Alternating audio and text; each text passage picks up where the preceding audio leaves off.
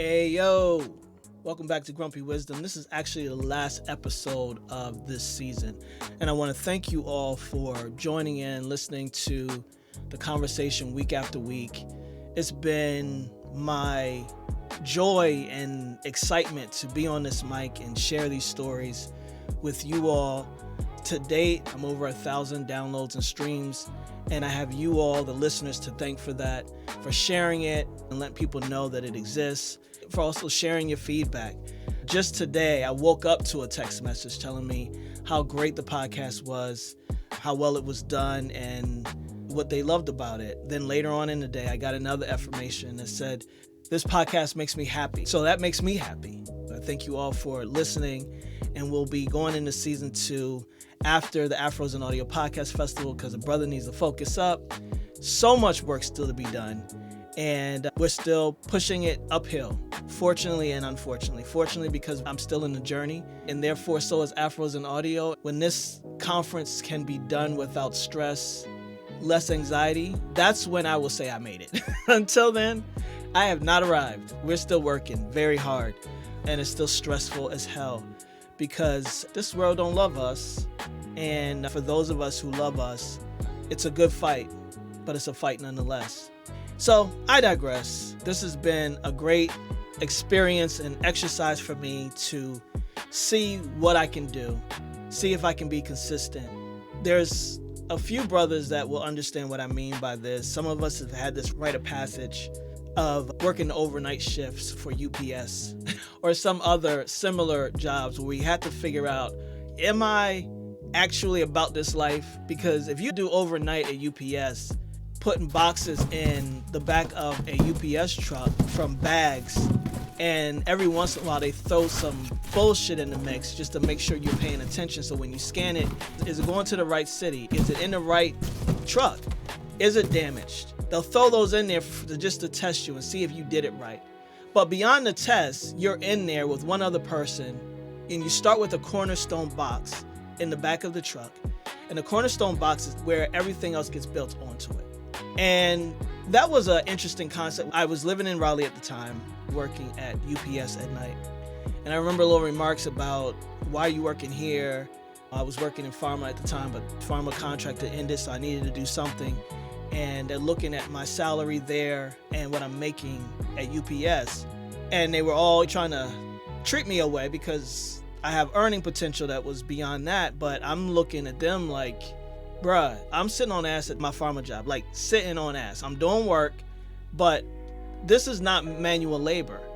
And I get here, and the manual labor is so intense that I'm actually pissed off that I make the money I make sitting on ass and don't make it here, and y'all are not making it here. Because what the fuck? This shit hard. That shit is regular. So anyway, this Cornerstone package in this truck was a life lesson for a lot of things. If you don't put the Cornerstone in there accurately, then you're gonna have a hard way to go making sure that as you add more boxes, because you're gonna fill it up from the back of the truck all the way to the front. And if you don't do that, then as you're building up your walls, they risk falling on you. They risk falling in general when you turn your back and you went to get another package to put in, and your whole little wall just crumbled, and now you got to start again. It's not efficient. It doesn't support your time because you got a lot of work to do, and you can hurt yourself. And that's why this episode is called On the Point. Let's wrap it up. Because the last episode I spoke about on the journey, and inside of that episode, I said, fuck your purpose, what's your point? And so this is the point for me, personally. I don't know what it is for you. That's your discovery. Isn't that exciting? But for me, I learned the point. And I won't say I learned it in the UPS truck, putting a Cornerstone box up. But I did recognize what Cornerstone meant. I come from a church background, which I might have mentioned before. I'm not religious now, I'm not Christian now, but I grew up in the church like most of us did. And there's a gospel song that we used to sing at Metropolitan Baptist Church in Washington, D.C. Dr. H. Beecher Hicks presiding, the Young Adult Fellowship Choir with Grammy Award-winning Richard Smallwood on the piano. And that's where I grew up, a major edifice in Washington, D.C. where I had the pleasure of meeting Dr. Maya Angelou, Nelson Mandela, Minister Louis Farrakhan, Dr. Betty Shabazz, Marion Barry, diplomats from all over, and I was one of those kids who was all up in it. So I had the opportunity to be in the back office, knowing more than I should know at that young, ripe age about what goes on in a church. And so there's a song that we would sing. The stone that the builders have rejected has become the cornerstone. Jesus is the cornerstone, the cornerstone. Jesus is the cornerstone. I already knew about what cornerstones were from church. And then at UPS, I'm just doing the job. So I'm present with the cornerstone. I don't want my wall to fall down. And if you know me for real, you know that Talib Jasir is all about excellence. It ain't about black excellence. I'm just about, if I did it, it needs to be something. It needs to look like something. It needs to do something. And if it don't do something, it don't be something, it don't look like something, then I don't want no parts of it. So this cornerstone became what I recognized life to be. And hence the point. In 2015, I turned 40. For my 40th birthday, I invited all my friends over for a costume party. I think I was the only one in costume, but that's not rare for me. I showed up last year at Podcast Movement for 80s happy hour, and I was the only one in my black Adidas tracksuit, sneakers, gold link chain, and Run DMC big frame glasses. I would have had on my Kango, but my daughter had ripped me off a few years before that, so I didn't have the whole gear, but I had enough. And I had on this Star Trek Elf t-shirt. I got it from a thrift store, and I'm pretty fucking proud of it. So anyway, this won't be the first time that I'm at a party and I'm the only one dressed up. But it was still fun. I was dressed up in this purple pimp suit. I had a cane. I had this purple with leopard collar. When I say leopard fur collar, it's dots on some white fluffy fabric, and this purple velvet cape that was on my shoulders and went calf length.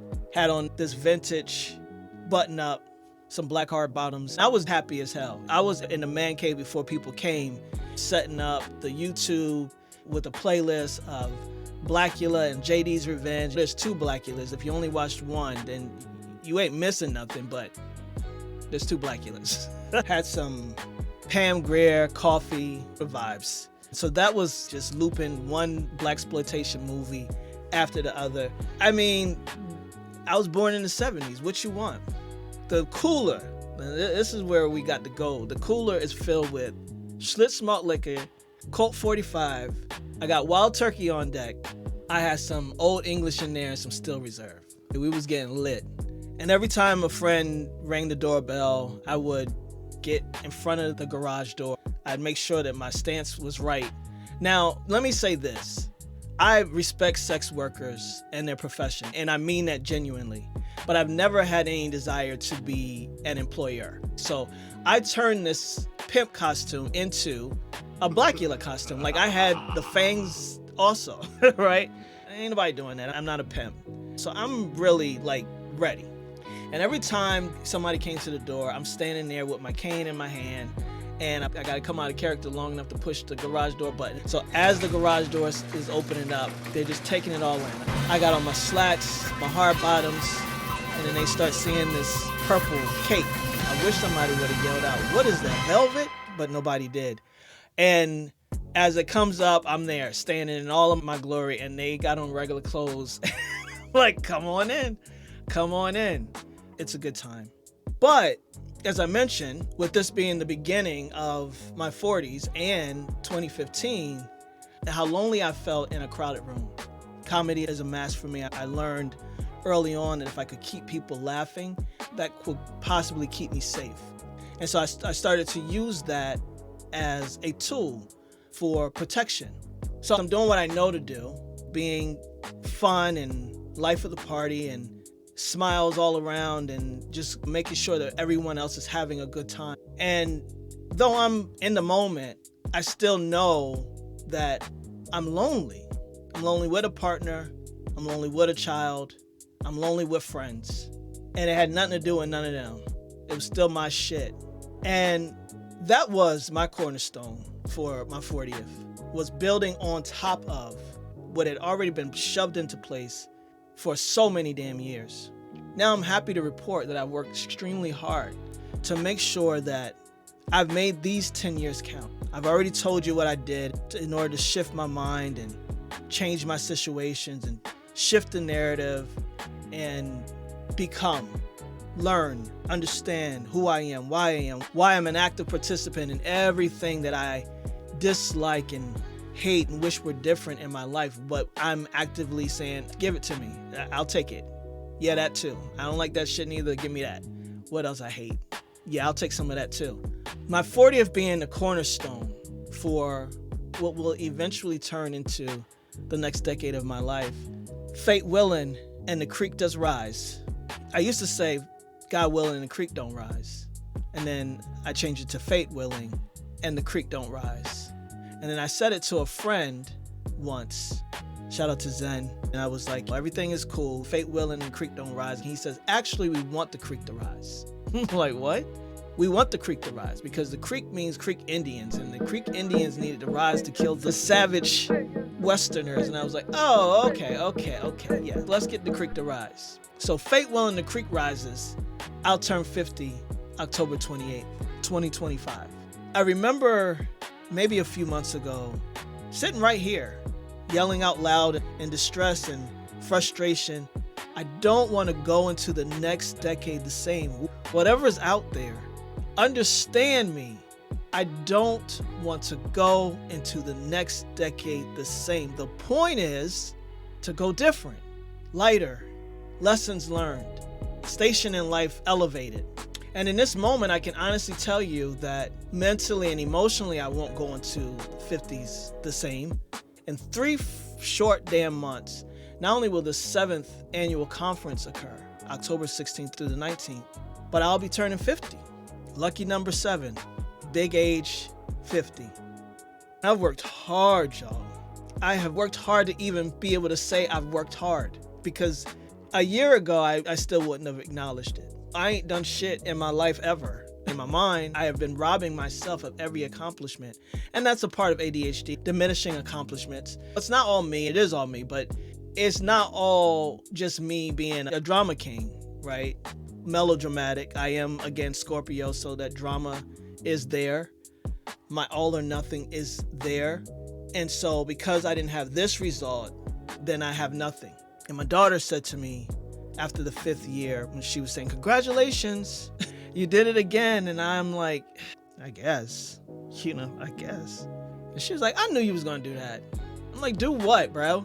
I knew you was going to equate what you've done in your life with what didn't materialize, or the result or the outcome that you desired and didn't receive.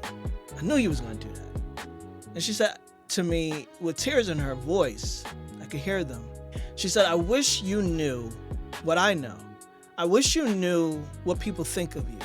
I wish you realized that you were loved regardless. And I wish you understood that nobody cares about that but you. We see you. You're one of the kindest, generous, most loving people that I know. And you don't see it. And because she was raised by me and I was raised by older people who had a hard time suffering fools, and therefore I have a hard time suffering fools, and therefore she has a hard time suffering fools, she's like, I gotta go. And she hung up. And I was just left there with my raw ass emotions, feeling like, am I the asshole? The answer is and was yes. Because the point isn't any of what happens as a result. To be very plain and not evasive about the conversation, the conference costs a lot, and at the end of the day, for 6 years, there has been no break even. There's only been debt and lack. And because I'm insanely optimistic every year that something will change and that people will see what I see, that this community that's been built through Afros and audio is important work, it's necessary, and that is worth investing in, I'm left at the end of it accomplished in the intention of bringing people together and curating one of the best conference experiences. But I was feeling like, why does this shit gotta be so hard? Damn, when is it gonna change? When will it be my turn? And not my turn in comparison to anybody else, but my turn. What else do I gotta do? I'm like Seymour with fucking Audrey 1. What do you want from me, blood? I was sitting there with my daughter's words. I knew he was going to do that. Equate your self-worth with the fact that you still didn't achieve the level of support. Because for me, level of support was evidence. You're not worth supporting. And nobody cares. It doesn't matter. So I was just allowing that to be a part of the conversation, a part of the narrative, and it became evidence. And so as I let those words sit with me, and I'm a person, my dad told me back when I was younger, and he was comparing me to the other siblings that I have, and he said, the one thing about you is that you will listen. Like, you'll listen. Unlike these other knuckleheads, you will listen. And he's right, I listen. We can only do what we know to do, any of us at any point. We can only do as much as we know to do until we learn how to do something differently. The meaning of my name, Talib, is seeker and student. Jasir means brave, bold, and courageous. So I think my life speaks for itself. I'm brave as hell. I'm also seeking, always. I'm student and teacher at all times. There's a certain lull when you don't have any awareness. You ever heard that saying, ignorance is bliss? That's because it is. If you don't know shit, you ain't got to worry about shit. You know what I mean? James Baldwin said, to be black in this society and have any level of awareness can induce rage. He ain't lying.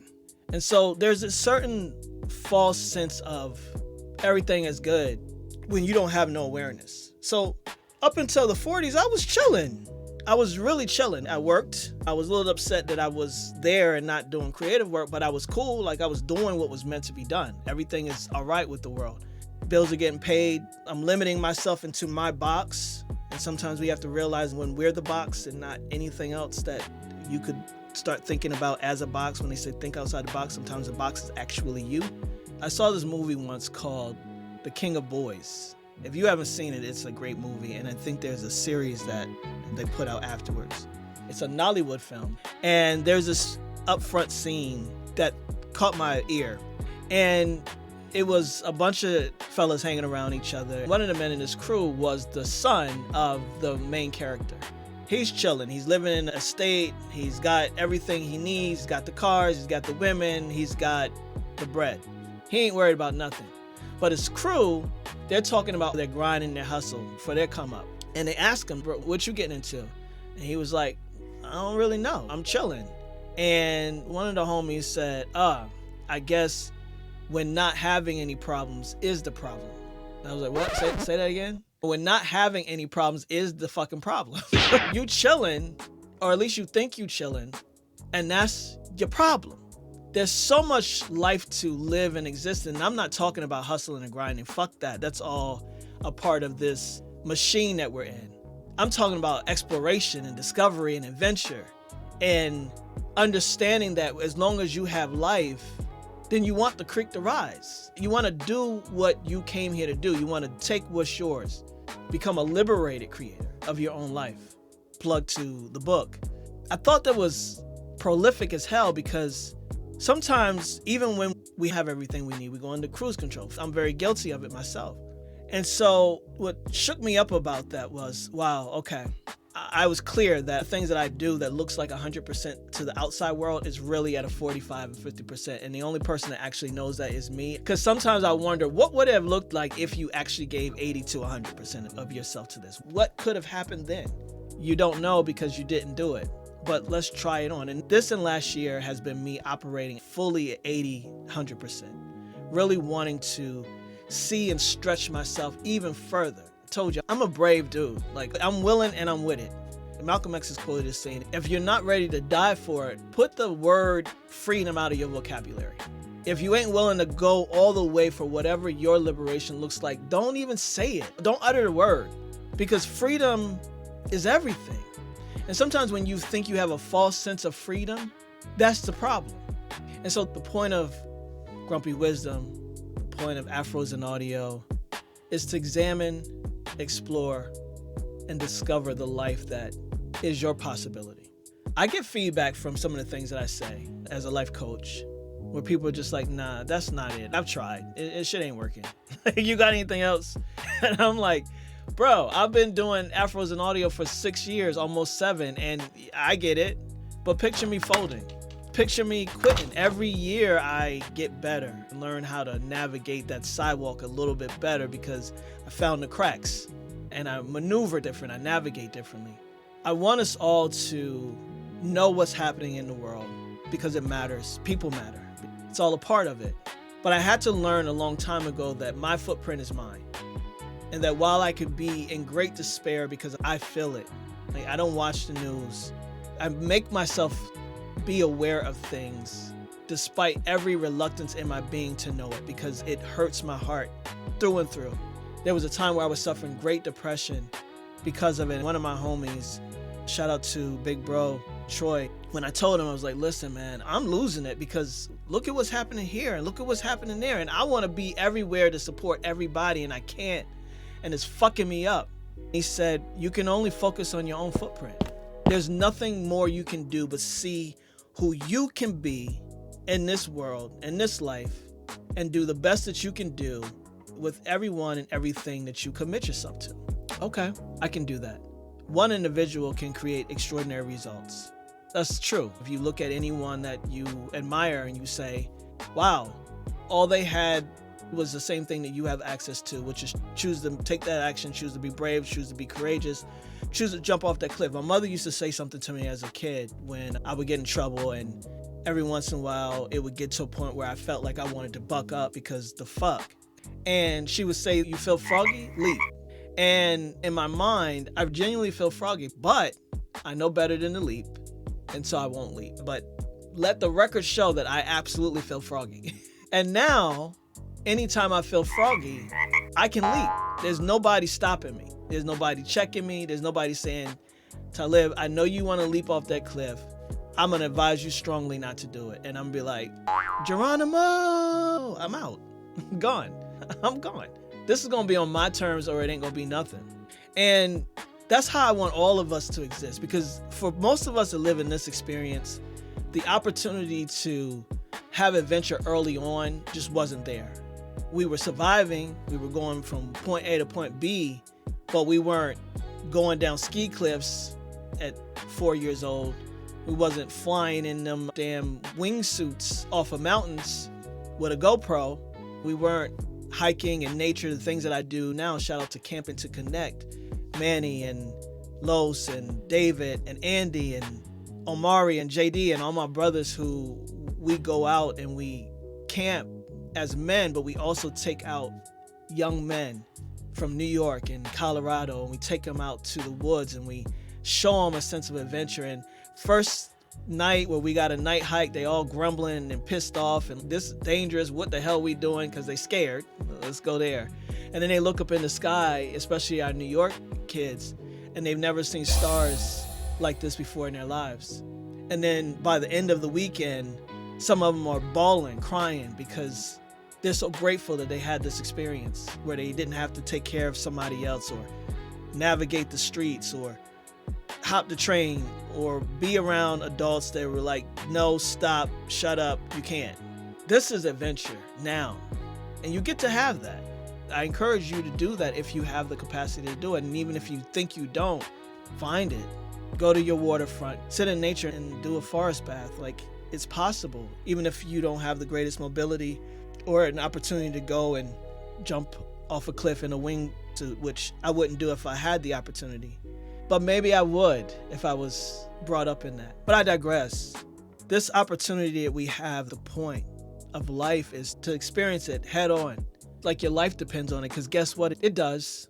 There's a saying, change your mind, you change the situation. My theory is that if you change your mind, the situation inevitably changes itself, because you're going to move different. You're going to surround yourself with folks who are on your level. You're going to expand your worldview and your understanding of things and begin to learn and stop being so selective with people because of their body types or their identities or their sexuality or their appearances. You're going to stop that bullshit, because what you know beyond anything is that people are the point, and you're limiting yourself because of your own repressive and oppressive and suppressed mind state from getting to know people who have the ability to make you laugh and feel and understand and believe and learn.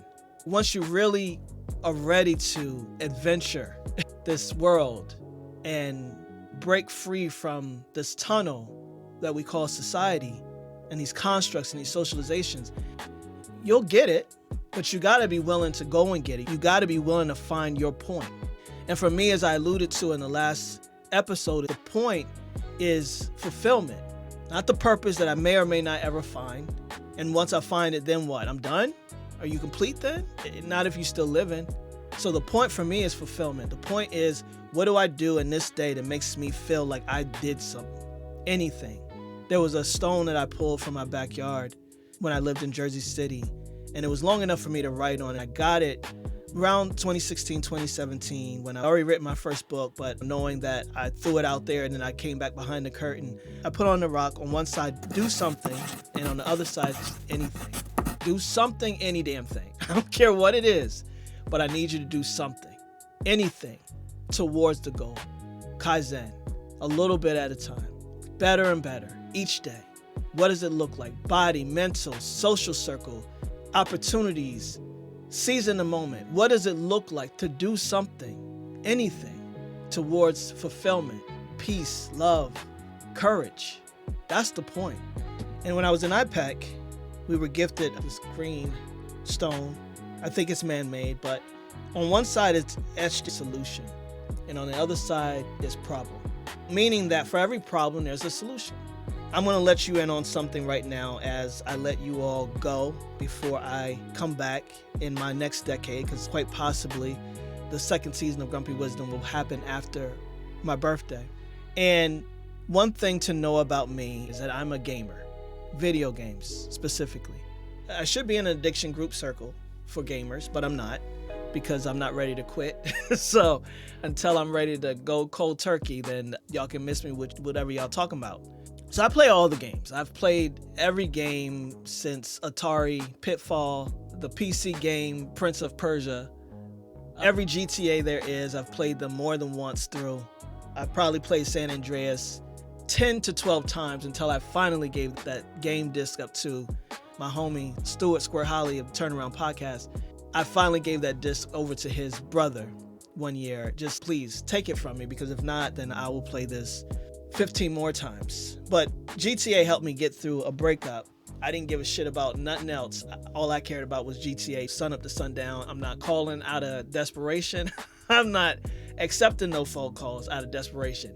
And San Andreas is going to help me get through it. And it did. I play The Last of Us, Fallout, these new shows that you see. I played them all. Anyway, as a gamer, I play complex games. I play Metal Gear Solid. And Metal Gear Solid games are so complex and intricate and intellectual that once I finish those games, I'm accomplished. Like, I've done something.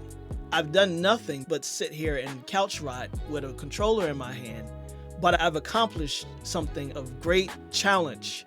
One of the things about games that I began to learn early on is that for every problem, there's a solution. Every time I'm stuck at a point, or as a big boss that I've got to beat, and I'm passionate about video games like I'm passionate about everything that I love, I have thrown that controller halfway across the room out of anger and frustration, because damn it, like Residential Evil, where you got to have all the resources that you're going to have at that final boss, or else you just got to start over at a point before you meet the boss and start gathering up stuff again, because you're not beating it with these 12 bullets in the revolver that you have. What I learned as I played video games for years and years is that as I got stuck and I got frustrated, I'm like, okay, I can't beat this level, or I can't beat this game. Something occurred to me that the developers of this game didn't create it without there being a solution to beat this level. It just wouldn't happen. Why would they put out a game where you can't get past a level? That's stupid. They wouldn't have done that. So what I started learning in my formative years as I was playing video games, and then as I continue to get older, I used video games as an escape for all the times that I was not enough for my own genius. I'm a lightning rod of ideas, and I would think of an idea and I'm like, boom, I'm about to do that. And then I would get on the video game and the sun was up and the sun went down and I was still on the video game and I did nothing. So I recognized it as an escape. But now it's, yes, still an escape. It's also a place where I am able to process and think through things And sometimes I can't even wait to put the controller down because I got to go do work or I've got to go write something down. That's me as a creative. But back in the day, I would even suppress that. If we keep playing, then we don't have to be concerned about the world. If we keep playing, then we don't have to address the problems that are in your relationship or in your life. If you just keep playing, then you get to hide right here in your man cave with your big screen television and not face the world if you just keep playing. So I've learned a lot through gaming, but the biggest lesson was there's always a solution. There's not one thing in life that cannot be overcome. There's not one thing that we feel the shittiest about that won't also pass at some point. I tell my youngins all the time that what's troubling you so much, and I know because I was troubled by things as a 20-year-old, frustrated, things not happening. I got no patience and I hate waiting. I'm all of that. Been all of that. Hurry up. Shit. So what's so important at certain points in our life becomes a blip on the journey. If you think about those movies that they do those dotted lines from one point to the next point, eventually that dotted line is way back here and you're all the way up here. And it becomes in your rear view mirror. There's certain things that become core memories and things that hurt you to your heart that you might not heal from subconsciously, but consciously you done moved on. You on to the next thing. As we move through life and we are hitting against these obstacles and these things that make us say, you know what, fuck this, throw the controller across the room and be like, I'm done. That game is stupid.